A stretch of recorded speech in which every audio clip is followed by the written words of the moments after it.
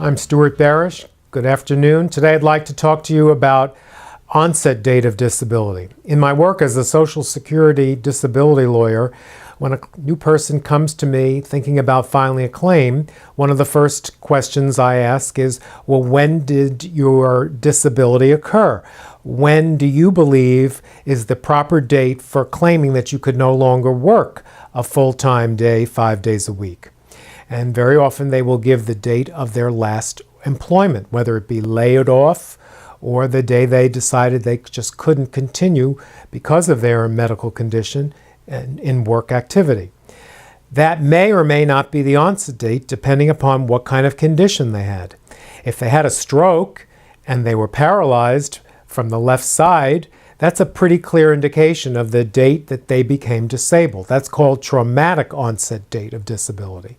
If it's not a traumatic injury or condition, let's say, for example, heart disease coupled with diabetes, you may eventually give up work because of the fatigue or pain or stiffness, but it may not be clear that the day that you gave up work and claimed disability is the actual date of onset date of disability.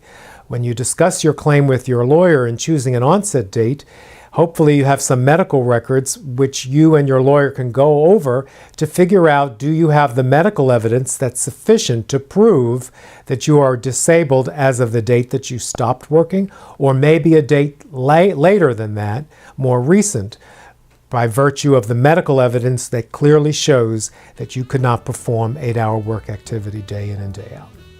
If you have any more questions about this topic, please feel free to call me. Hi, this is Stuart Barish, and I hope you found this video helpful. If you did, please give it a thumbs up on YouTube or a like on Facebook. I also encourage you to subscribe to my YouTube channel. The link to do so is on the screen. I also invite you to call me directly if you have a Social Security disability claim and would like some honest and good information about how to handle your case.